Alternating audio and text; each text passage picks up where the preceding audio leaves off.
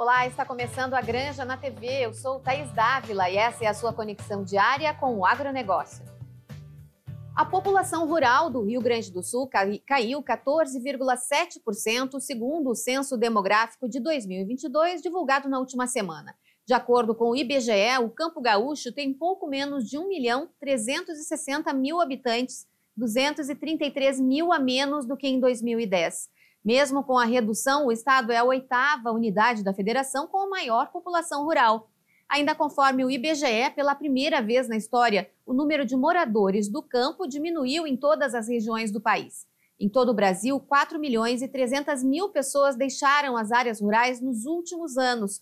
A população brasileira no campo soma 25,6 milhões de pessoas.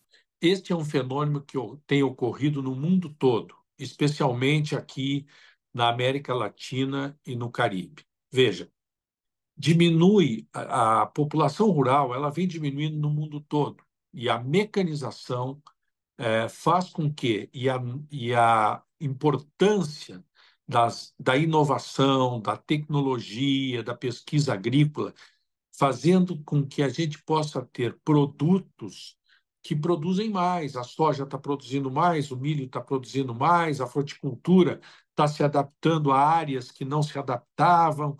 Então, e a outra questão, além da tecnologia, tem a questão da mecanização e da compra de terras de pequenos agricultores, que não estão se viabilizando, do aumento dessas propriedades com mais tecnologia, com um processo maior da produção agrícola. Veja, a América Latina e o Caribe, eu vou fazer uma comparação, o Brasil, ele cresce, a área brasileira tem crescido, em média, nos últimos 30 anos, 1,2% ao ano, a área.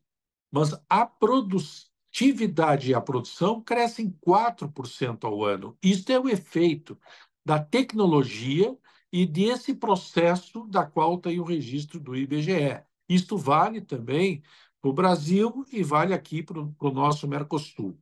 Então, essa diminuição da população rural também vem na busca dos equipamentos públicos que nós temos no meio rural. Hoje, tu tens dificuldade de estudar, não é todo local que tu está vinculado num processo de conexão, porque hoje a conexão, tu está ligado ao mundo no ponto de vista da internet, isso é como alfabetização.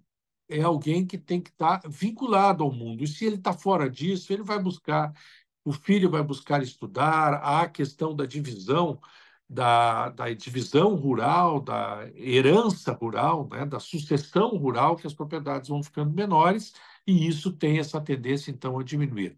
Mas o fato, e esse registro do censo, a previsão que se tem é que esse número ele vai continuar, não sei se nessa mesma intensidade, mas vai continuar diminuindo enquanto a gente não tiver no campo condições melhores de bem-estar e condições também de uma produção maior na agricultura familiar. Esse é um fenômeno mundial e que o Brasil não fica fora dele, esse gigante produtor de alimentos.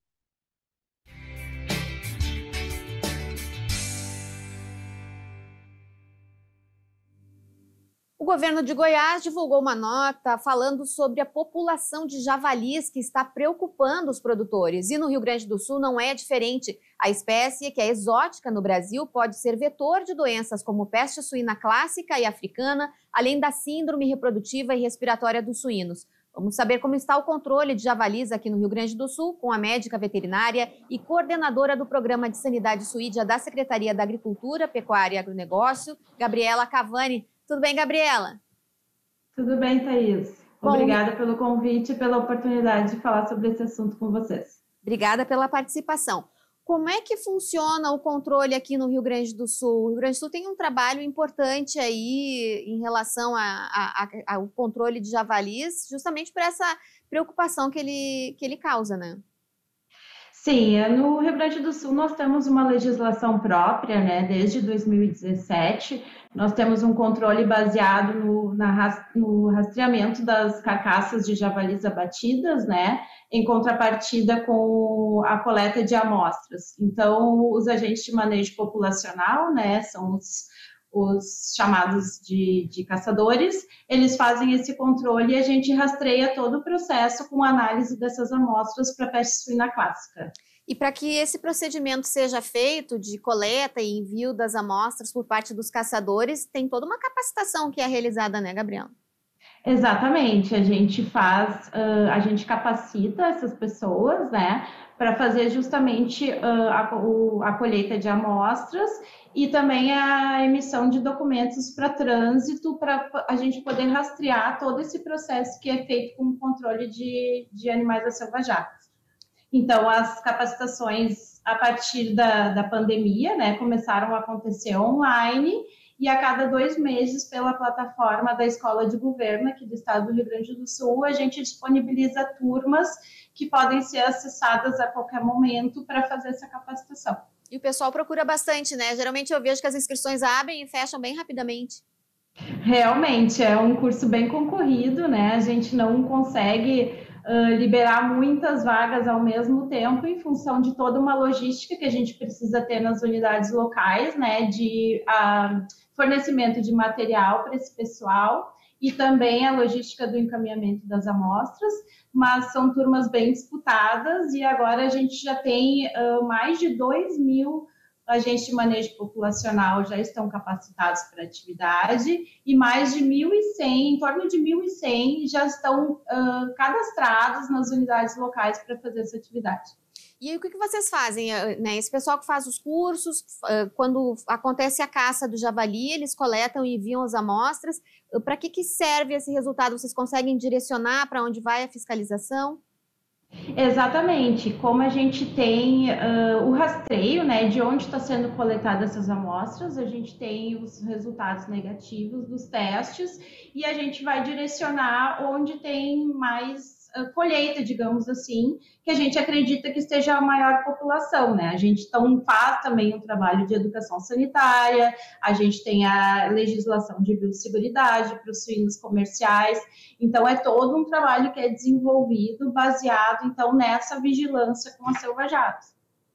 Gabriela, por que o javali preocupa tanto? Quais os males que esse animal causa aí para o produto, especialmente para o produtor rural, né?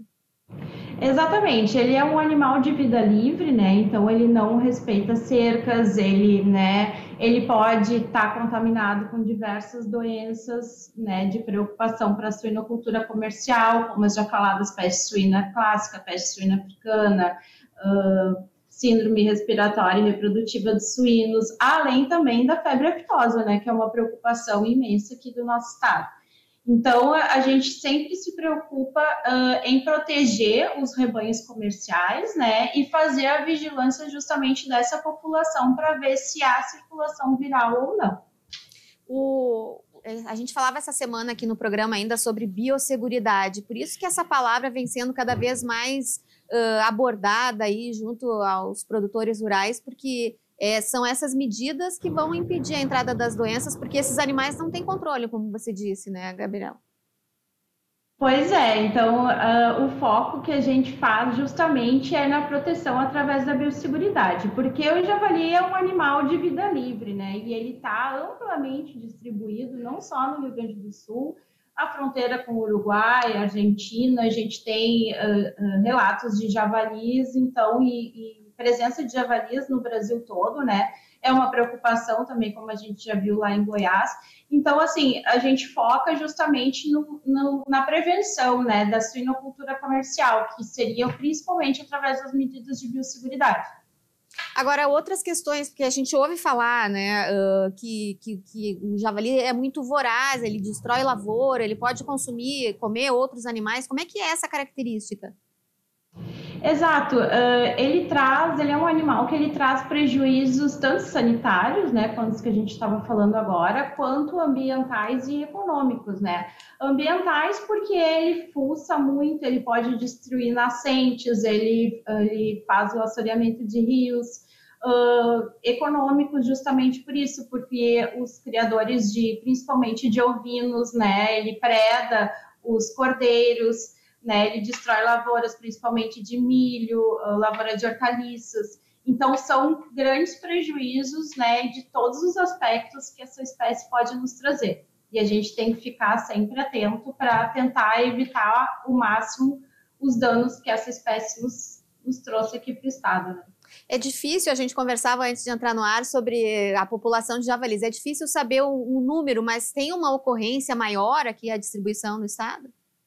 Exatamente, a gente tenta sempre levantar esse dado de população com os órgãos ambientais, né, que tem registros de avistamentos, né, e são os órgãos capacitados para fazer esse controle, mas a gente pode fazer uma estimativa também através das amostras que são coletadas, né, porque os caçadores, os agentes de manejo populacional, eles nos trazem essa informação muito importante, ou seja, eles vão normalmente caçar nas áreas onde tem mais, onde a espécie está mais distribuída, né? Onde tem mais exemplares, digamos assim, né? E onde está causando mais prejuízos, né? Então, no nosso estado, hoje, as áreas que são mais procuradas por esses agentes de manejo populacional é justamente a área ali do Pampa, né, gaúcho, que é as áreas de fronteira com Uruguai e Argentina, e também uma área que tem bastante, que a gente considera uma área importante de população de javalis aqui no estado, é a área dos campos de cima da Serra ali, né, que envolve ali o município de São Francisco de Paula e arredores, a gente sabe que ali tem uma população maior desses animais. Bom, e o produtor rural que faz o avistamento ou que detecta algum prejuízo provocado por javalis na sua propriedade, além de, claro, cuidar da biosseguridade da sua propriedade rural, o que mais que ele pode fazer? Qual é a orientação do Serviço Veterinário Oficial para um produtor que percebe que existe javali na sua área? Sempre que são avistados esses animais, eles podem entrar em contato com a inspetoria veterinária do seu município, né, e relatar o avistamento. Pode também solicitar cadastros dos agentes de manejo populacional que podem estar indo na sua propriedade para fazer o controle, né, desses animais. A gente pode também monitorar através das coletas que existem nessa região, né, se os animais que estão por ali estão saudáveis, né? E pode fazer as medidas de biosseguridade também, que é o que a gente está mais focando no momento. O javali, ele, se não me engano, ele é considerado uma das piores pragas mundiais, é isso? Exatamente, ele é considerado uma das 10 piores espécies exóticas invasoras do mundo. Coitado do javali, mas ele é problemático, hein, Gabriela? Exato. Bom, Gabriela Cavani, que é da coordenação do Programa de Sanidade Suína do Rio Grande do Sul, muito obrigada pela participação. Por nada, agradeço vocês. A Granja na TV faz um rápido intervalo e na volta vamos ver o consumo de água utilizado na produção de bovinos com a divulgadora científica Lívia Padilha. Também temos o Fala Professor, fique conosco.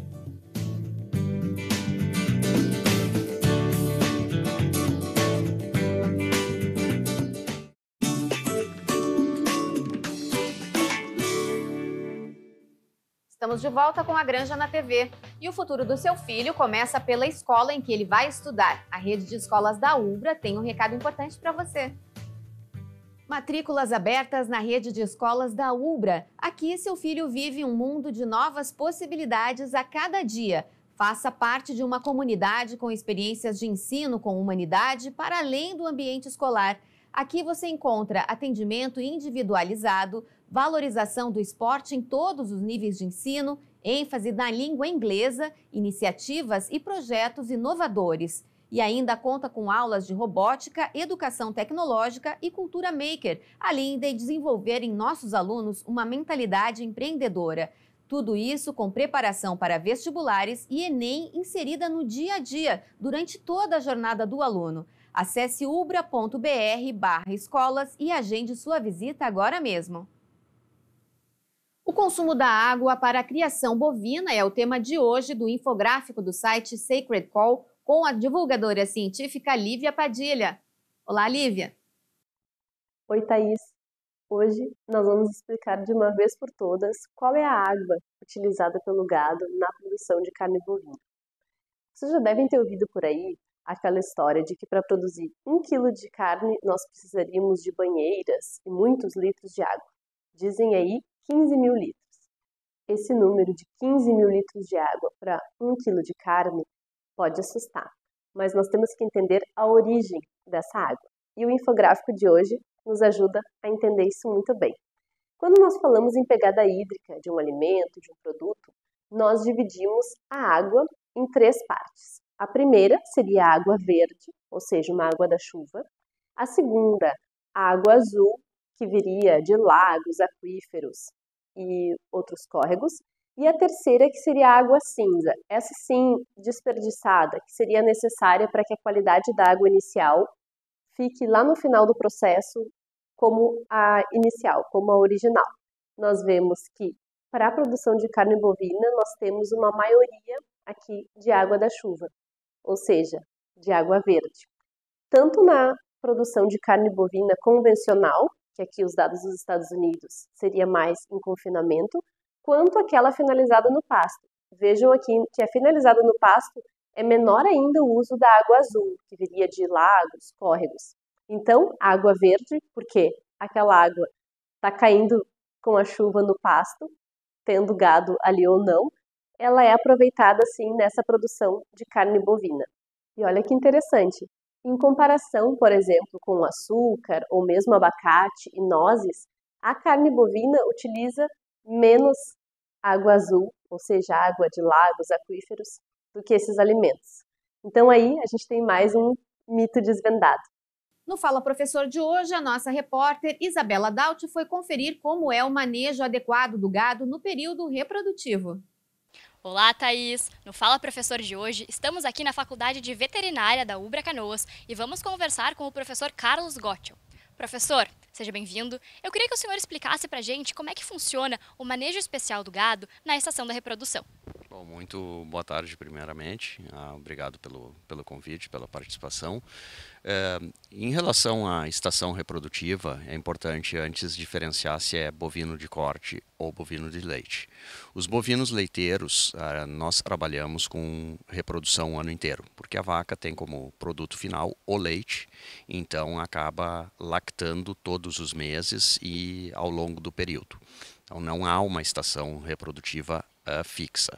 Já em bovinos de corte, por questões de manejo, especialmente de manejo dos animais, de fertilidade, de produção de alimentos, de facilidade de tratos especiais com os terneiros que nascem, nós estabelecemos uma estação reprodutiva fixa. Então essa estação ela é fixada em aproximadamente 60 a 90 dias e isso somaria o período de 1 ano na soma entre a gestação do animal e a estação reprodutiva.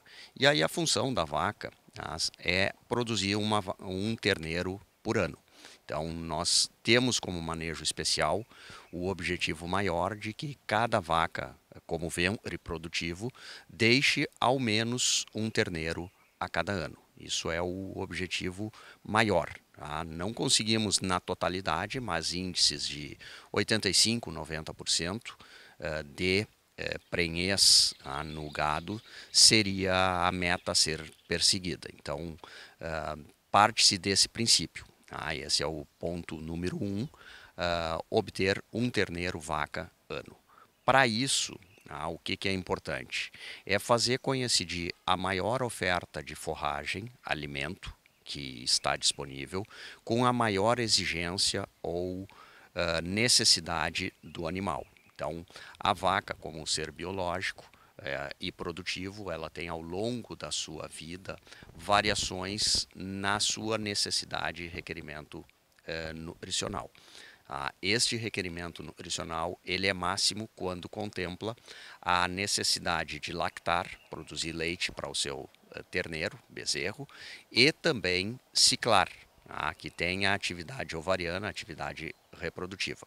Então, na soma desses 2 fatores principais, nós estabelecemos como estação reprodutiva aquele período onde tem a máxima produção de forragem.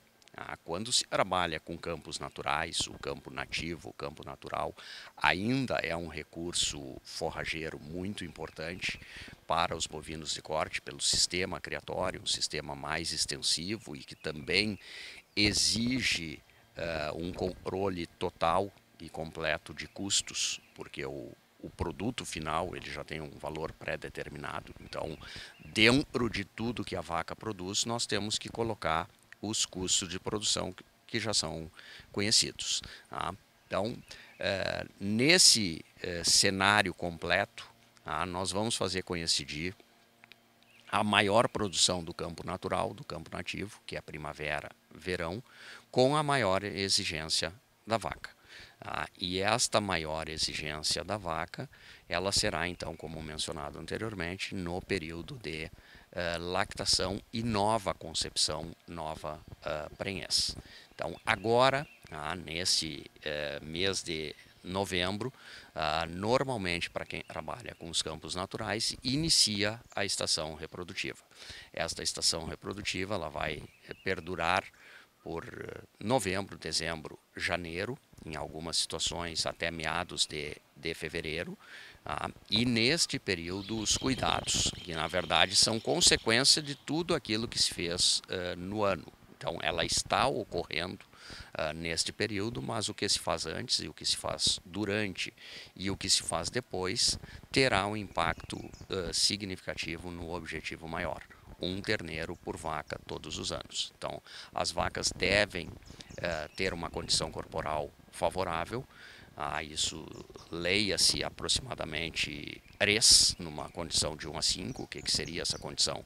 1 é muito magra, 2 é magra, 3 é moderada, 4 é gorda e 5 é muito gorda. Em outras palavras, a vaca não precisa ser muito gorda, nem deve ser muito magra. O ideal é que tenha uma condição moderada. Estando atendida essa exigência, a probabilidade de ciclicidade de cio e, consequentemente, prenhez é elevada. Então, a estação, durante a estação, tem uma série de cuidados no rodeio, nos animais. A gente chama de rodeio aquele grupo de animais que ficam no mesmo campo, numa mesma invernada. A gente deve classificar os animais por score corporal, a gente deve classificar os animais por idade, a gente deve classificar os animais por fase produtiva, também tamanho dos seus terneiros. Da mesma forma, deve-se ter um cuidado muito grande com os reprodutores machos, os touros, que não adianta apenas ter a vaca e não ter o touro, ou se trabalha com inseminação artificial, ou se trabalha com touros, e o manejo dos touros, que também vão contribuir para essa prenhez, também é um ponto fundamental. Professor, e para um produtor que está começando agora a lidar, como vocês orientam aqui na faculdade na questão de atingir esse objetivo de um terneiro por ano? É um somatório de ações. Na verdade, quem está começando deve buscar informações, seja em revistas técnicas, em palestras, em seminários, com técnicos privados ou públicos, programas de extensão rural. Então, a reprodução, e eu acho que esse é o grande desafio do entendimento, como tu perguntaste, a reprodução, ela objetiva uma resposta que ela é, na verdade, 0 ou 1. É sim ou não, é tudo ou nada. Ou a vaca emprenha, ou a vaca não emprenha. É muito simples, né? Ou sim ou não. E essa resposta, ela é multifatorial. Nós não esgotaríamos o tema, na verdade, em poucos minutos, né? Porque são inúmeros fatores que vão afetar no final esse resultado, que pode ser 0 ou 1, sim ou não, prenhe ou vazia. Dentre os fatores, não tem dúvida que a nutrição é o mais importante. A condição nutricional, a condição alimentar que os animais recebem ou que eles estão submetidos vai ter um grande impacto sobre o seu resultado reprodutivo. Em outras palavras, vacas magras, vacas perdendo peso, vacas que tenham sofrimento, elas terão um resultado produtivo, reprodutivo muito inferior. Além da nutrição, claro, tem fatores adicionais que são importantes, como a sanidade também. Aqui no curso de veterinária a gente trabalha também com o manejo sanitário dos animais, que tem um ponto de estrangulamento, mas no âmbito geral, 70% nós poderíamos dizer que é reflexo nutricional. O restante, a sanidade, a genética, o próprio manejo do dia a dia, a especialização da mão de obra, os cuidados diários são fundamentais para o sucesso daquele resultado 0 ou 1, tudo ou nada. Perfeito, muito obrigada, professor. Então falamos aqui da Faculdade de Veterinária da Ubra Canoas. Eu sou a Isabela Daut e o Fala Professor volta na quarta-feira que vem. A Granja na TV de hoje fica por aqui. Até amanhã.